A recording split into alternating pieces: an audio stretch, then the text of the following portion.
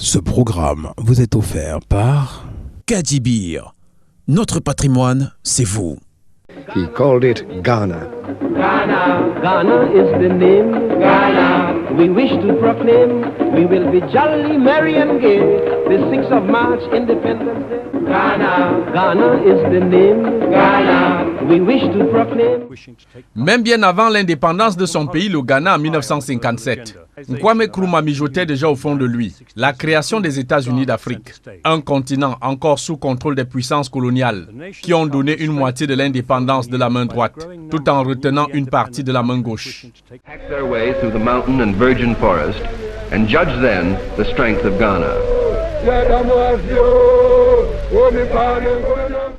Son bâton de pèlerin en main, l'enfant prodige de Crowfool parcourt le continent d'est en ouest, du nord au sud, pour panafricaniser ses pairs sur l'impérieuse nécessité de tous les États africains de s'unir à l'image du modèle américain avec 50 États fédérés.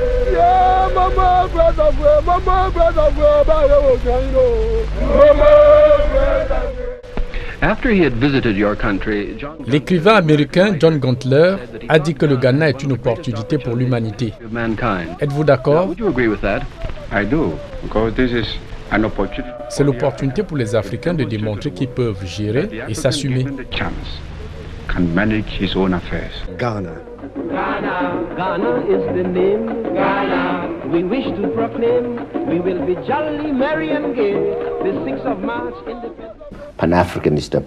Le panafricanisme, c'est la preuve que les Africains doivent s'unir.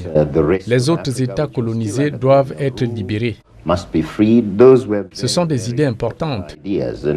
We continued even after I had quit teaching to travel to Ghana. Nous ne cessons chaque année d'aller nous abreuver auprès de Kwame Nkrumah. Conferences there and to get inspired by Kwame Nkrumah. Le projet est trop beau pour être vrai, selon certains suppôts de Paris, comme Félix Houphouët-Boigny de Côte d'Ivoire, Léon Mba du Gabon, viscéralement attaché à vivre ad aeternam sous les ailes de la France.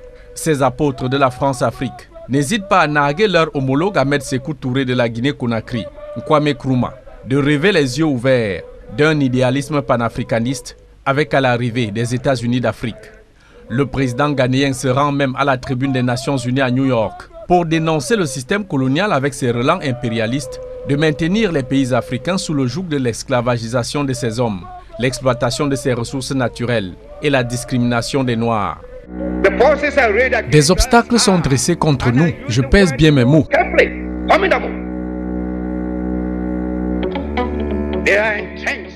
Elles sont multiples et très puissantes, s'appuyant sur les instruments de colonialisme et de néocolonialisme.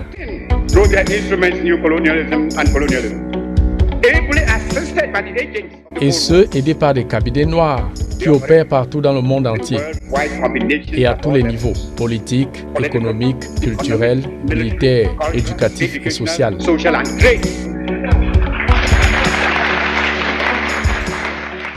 Bon nombre de chefs d'État des nouveaux pays indépendants partagent le combat de Kwame Nkrumah, avec en premier le Négus Haïlé Sélassié d'Éthiopie.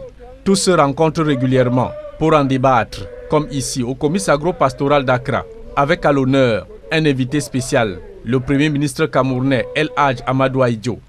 Sur le fond, partisans du fédéralisme, sous la férule du Ghanéen Kwame Nkrumah, s'opposent farouchement aux adeptes d'une Afrique des États, avec à sa tête un super président, le chef de l'État sénégalais Léopold Sédar Senghor. Au terme de débats houleux, la vision de l'unité africaine comme outil de coopération est adoptée en lieu et place de la vision d'intégration des États. Ainsi, les présidents maliens Modibo Keïta, Kwame Nkrumah du Ghana et le Togolais Sylvanus Olympio rédigent la charte de l'organisation.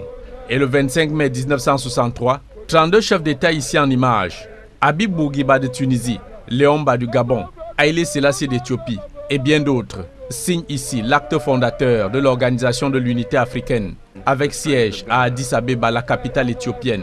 Une première victoire d'étape pour le panafricaniste Kwame Nkrumah. Blanchet, vous êtes un spécialiste de l'Afrique, vous avez connu le Ghana. Un vieil habitué du Ghana depuis 1952, l'année où Nkrumah est devenu Premier ministre, sous les Anglais encore d'ailleurs. Nkrumah a poursuivi depuis toujours, même avant son idée d'avant l'indépendance, d'avoir une Afrique unie dont il aurait été l'unificateur et le leader. Jamais il n'a dévié de cette ambition, même lorsque la manière dont il la poursuivait allait contre ses propres fins. Accra, the capital of Ghana, stands on the Atlantic coast. The people of Accra love to enjoy themselves, and in the dance halls, the Kalamazoo Shake Your Head, Weekend in California, and the Super Service are just three, they dance to the local high-life music. Désirant depuis toujours de voir le ballon de foot rouler pour l'unité africaine, le président Kwame Nkrumah accueille chez lui, 6 mois plus tard, la 4e édition de la Coupe d'Afrique. Dans ce rendez-vous continental passé de 4 à 6 participants, le tournoi se déroule pour la première fois dans 2 villes. Ghana en baptême de feu, Éthiopie tenant du titre et Tunisie 2e participation, loge à Accra, la capitale. Égypte double vainqueur de l'épreuve et finaliste de l'édition précédente. Soudan finaliste en 1957 et absent de l'édition de 1962. Et le Nigeria, le bleu du tournoi, réside à Koumassi. En match d'ouverture, à l'Accra Sport Stadium, les Aigles de Carthage de Tunisie tiennent en échec 1 but partout. Les Black Stars devant leur public, suivi 2 jours plus tard d'une belle victoire ghanéenne 2-0, synonyme d'un ticket pour la finale. Et perdant leur 2e match 2-4, les Tunisiens quittent le tournoi et l'Éthiopie qualifiée pour la petite finale. Dans le groupe B, les Pharaons d'Égypte déplument 6-3, les Super Green Eagles du Nigeria. Ils n'ont même pas le temps de se remettre. Les voilà atomisés 4-0 par le Soudan. Apprentissage dur pour le Nigeria. 10 buts encaissés en 2 sorties. Nigeria, Égypte, Tunisie et Éthiopie sont éliminés. Le Ghana décroche son premier sacre continental et triangle 3-0 le Soudan. By Ghana that year was a triumph for both the team and their president. Football, he believed, could be a model for African pride and unity.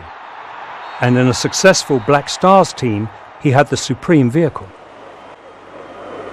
And on this note of national joy, the Africa Cup Series for 1963 drew to an eventful close, proving to the world that in unity, the African sportsman is a powerful, talented and inspiring force in the competitive world of sport. L'attaquant Wilberforce Kwadiomfom est dans le trio des meilleurs artificiers, avec soulier d'or pour l'Égyptien Hassan El Chazli, qui succède à ses 2 compatriotes, Fatah El Badawi en 1962, Mahmoud El Gouari en 1959 et Mohamed Al-Diba en 1957. Le président Kwame Nkrumah tenait ainsi son pari et c'était parti pour la sélection nationale des Black Stars et les clubs de Hearts of Oak et la Santé Kotoko de rayonner sur la scène continentale. An inspiring force in the competitive world of sport. And on this note of national joy, the Africa Cup Series for 1963 drew to an eventful close. Ce programme vous a été offert par Kadibir, notre patrimoine, c'est vous.